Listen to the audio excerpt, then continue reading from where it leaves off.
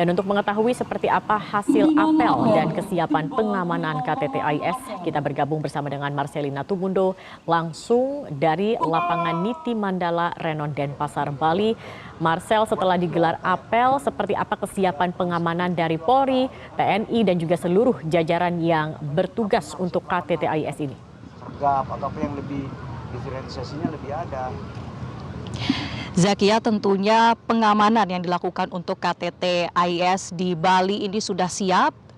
Ketika tadi sudah digelar apel pengecekan final dari pihak Polri, TNI, dan juga unsur pengamanan daerah setempat. Artinya KTT ini yang akan berlangsung pada tanggal 10 sampai dengan 11 Oktober 2023 mendatang ini sudah disiapkan bahkan dari beberapa hari sebelumnya, karena mengingat esok hari ataupun 2 hari ke depan ini akan ada kedatangan dari para peserta, bahkan juga sejumlah kepala negara yang dijadwalkan akan hadir di KTT Archipelagic and Island States Forum 2023 ini. Nah, untuk membahas lengkapnya terkait dengan hasil apel dan juga kesiapan pengamanan dari Polri, TNI, dan unsur-unsur lainnya, saya akan berbincang langsung bersama dengan Kepala Badan Pemelihara Keamanan Polri atau Kabaharkam, Komjen Pol Muhammad Fadil Imran. Pak Fadil, tadi sudah dilakukan apel. Apa sebetulnya strategi dari Polri dan TNI untuk melakukan pengamanan KTT? Strategi utama kita adalah tentu memperkuat sinergi, kolaborasi, kerjasama, khususnya TNI Polri, pemerintah daerah, aparat terkait, dan dengan unsur masyarakat Provinsi Bali. Ini yang menjadi strategi kita. Kemudian dalam pelaksanaannya, CB yang dikedepankan tetap dengan pendekatan-pendekatan soft approach seperti preemptif dan preventif, namun juga tetap kami siapkan tim-tim tindak dan penegakan hukum. Posisi Polri dalam operasi ini adalah mendukung sepenuhnya operasi VVIP yang dilaksanakan oleh teman-teman dari TNI. Jadi kami juga mem-BKO-kan sebanyak 163 personil ke Satgas operasi pengamanan yang dilaksanakan oleh TNI. Di samping itu, karena yang hadir juga adalah tamu VIP setingkat menteri, Polri juga menggelar operasi Tribrata Agung yang bertugas untuk mengamankan tamu VIP. Itu kira-kira strategi dan CB yang kita kedepankan. Tetap dengan soft approach, tetap dengan kolaborasi, tetap dengan kerjasama dengan masyarakat Bali. Ya. KTT AIS Forum ini adalah perdana digelar dan Indonesia ditunjuk. Artinya ini kan sebuah kepercayaan internasional bagi Indonesia. Bagaimana kemudian dari Polri ini memastikan bahwa seluruh pasukan yang dikerahkan ini sudah siap untuk mengamankan, apalagi di Bali ada pintu masuk di udara, laut, dan darat dan sebagainya, Pak. Baik, operasi ini seperti yang saya sampaikan tadi, kami mendukung penuh operasi yang dilakukan oleh TNI. Di Satgas di TNI juga ada Satgas Udara, Satgas Darat, Satgas Laut. Semua pintu masuk. Di Polri juga seperti itu. Bentuknya ada Satgas preemptif dan preventif. Khususnya kita membagi ringnya.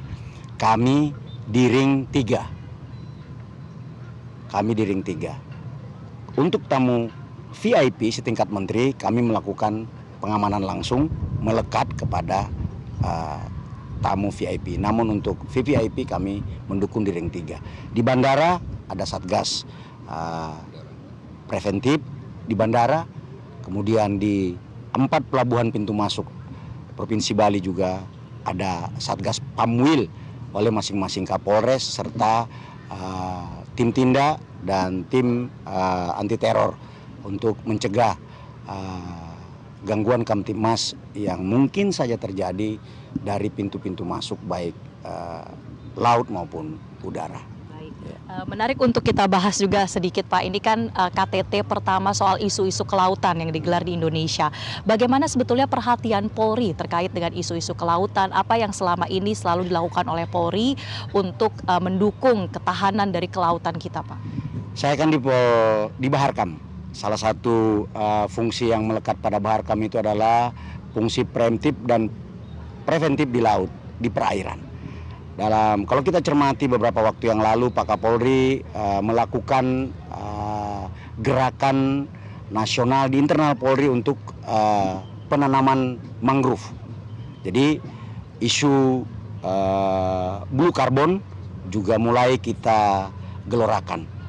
Karena ada kebijakan Bapak Presiden terkait dengan masalah mangrove, pasar mangrove dan blue carbon ini.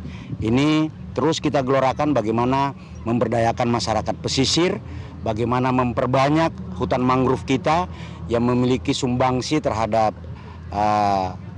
O2, tetapi sekaligus juga memberi manfaat ekonomi kepada masyarakat pesisir. Ini yang dikerjakan. Di samping gerakan membersihkan pantai, ini menjadi salah satu gerakan yang menjadi program unggulan di Bahar Kampolri yang menjadi arahan Bapak Kapolri agar bagaimana pantai-pantai kita ini bisa terus kita bersihkan. Di samping itu, coral reef atau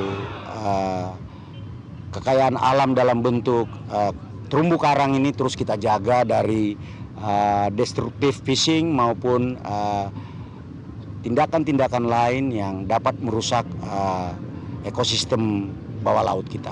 Ini yang terus dilakukan oleh kepolisian yang memberikan kontribusi baik secara kekayaan alam maupun mungkin memberikan kontribusi ekonomi buat masyarakat ya. Dan dunia juga tentunya ya. Satu lagi Pak terkait dengan masyarakat. Bagaimana respon dari masyarakat Bali? Sebetulnya kan sudah biasa ya untuk menerima tamu-tamu negara secara internasional. Kali ini Pak, bagaimana respon masyarakat Bali dan juga imbauan dari Polri untuk masyarakat lokal? Anda lihat sendiri kan tadi pecalang ikut serta. Ini yang membuat kita menjadi percaya bahwa Bali akan memberikan kontribusi dan sumbangsi langsung kearifan lokal dengan desa atau banjar, desa adat dan sebagainya. Dengan pecalangnya saya kira ini terlihat dengan begitu luar biasa. Dan juga dilibatkan Satgas Preventif melalui Babin Kamtibmas dan teman-teman dari Babinsa akan berbaur bersama masyarakat Bali untuk mengamankan. Lebih khusus juga di jalan raya. Kami tahu bahwa Bali ini padat dengan wisatawan. Kami juga menghimbau agar lebih tertib dalam berlalu lintas. Baik. Terima kasih Komjen Polisi Fadil dan juga jajaran telah bergabung bersama kami, Zakia dan juga pemirsa. Jadi seperti itulah upaya pengamanan dari pihak Polri dan juga apa yang sebetulnya menjadi perhatian dari Polri terkait dengan pembahasan dalam KTT AIS 2023. Ini merupakan KTT perdana sejak AIS ini berdiri pada tahun 2018 lalu dan tentunya kita harapkan bersama ada hasil dari KTT AIS 2023 ini yang dapat memperkuat dan juga lebih memberdayakan kelautan di negara-negara pulau dan kepulauan di dunia. Tentu menjadi kebanggaan bagi Indonesia bisa menjadi tuan rumah KTT AIS yang pertama. Demikian Zakia. Baik, Marcelina Tumundo, terima kasih atas laporan Anda. Jelajahi cara baru mendapatkan informasi. Download Metro TV Extend sekarang.